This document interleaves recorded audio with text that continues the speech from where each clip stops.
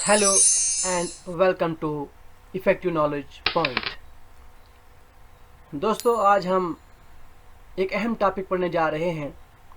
इस टॉपिक का नाम the directive principles of state policy है। ये टॉपिक जो है एक इम्पॉर्टेंट टॉपिक है इंडियन पॉलिटी का,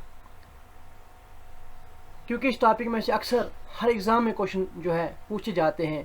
तो मैंने ये मुनासिब समझा क्यों ना मैं आज इस टॉपिक को डिस्कस कर ही लेता हूँ। तो आइए टॉपिक की तरफ।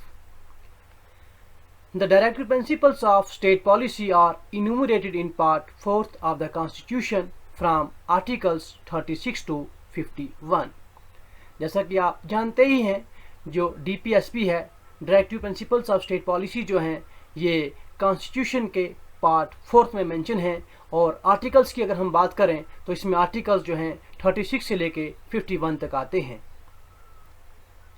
और जो फ्रेमर्स ऑफ द कॉन्स्टिट्यूशंस हैं, उन्होंने इस आइडिया को जो है बारो किया था आयरिश कॉन्स्टिट्यूशन में, जो 1937 में बना था।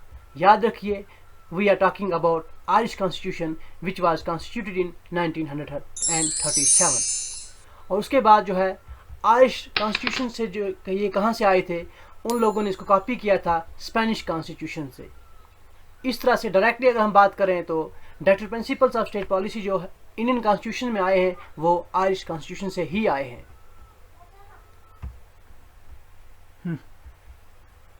तो जैसे कि आप सब जानते हैं कि डॉक्टर भीमराव अंबेडकर साहब, जिन्होंने हमारे कॉन्स्टिट्यूशन को ड्राफ्ट किया है, वो directive principles of state policy को क्या कहते हैं? वो कहते हैं इनको novel features of the Indian constitution. ये अक्सर जो है इसमें क्या कहते हैं, ये क्वेश्चन अक्सर पूछा जाता है मल्टीपल चॉइस के तौर पे, इसे नोट कीजिएगा। उसके बाद the directive principles along with fundamental rights contain the philosophy of the constitution and is the soul of the constitution. जो directive principles of state policy हैं, ये फंडामेंटल के साथ साथ जो है ये दोनों मिलकर क्या करते हैं, ये कॉन्स्टिट्यूशन की रूह को बनाते हैं, which is called the soul of the constitution.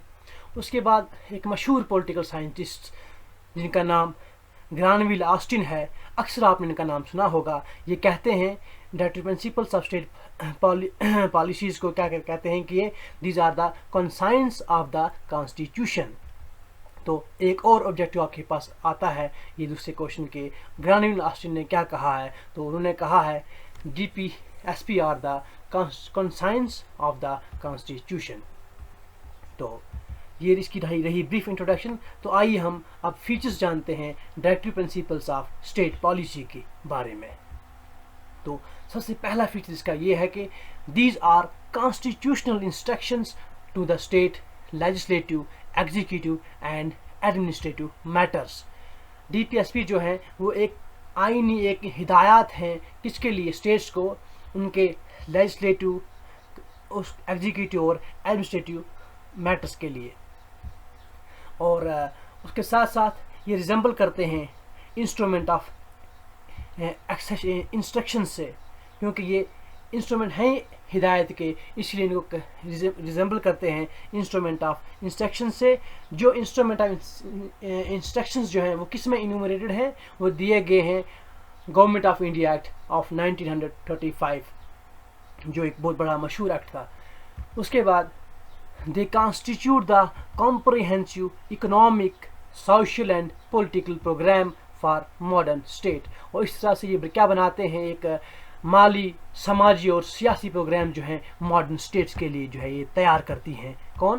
Directive principles of state policy. Number 4, they promote social and economic democracy।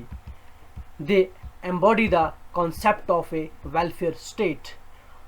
और इस तरह से DPSPs जो हैं वो प्रमोट करती हैं सोशल और इकोनॉमिक डेमोक्रेसी को, और जो एक बुनियाद डालती हैं एक वेलफेयर स्टेट का।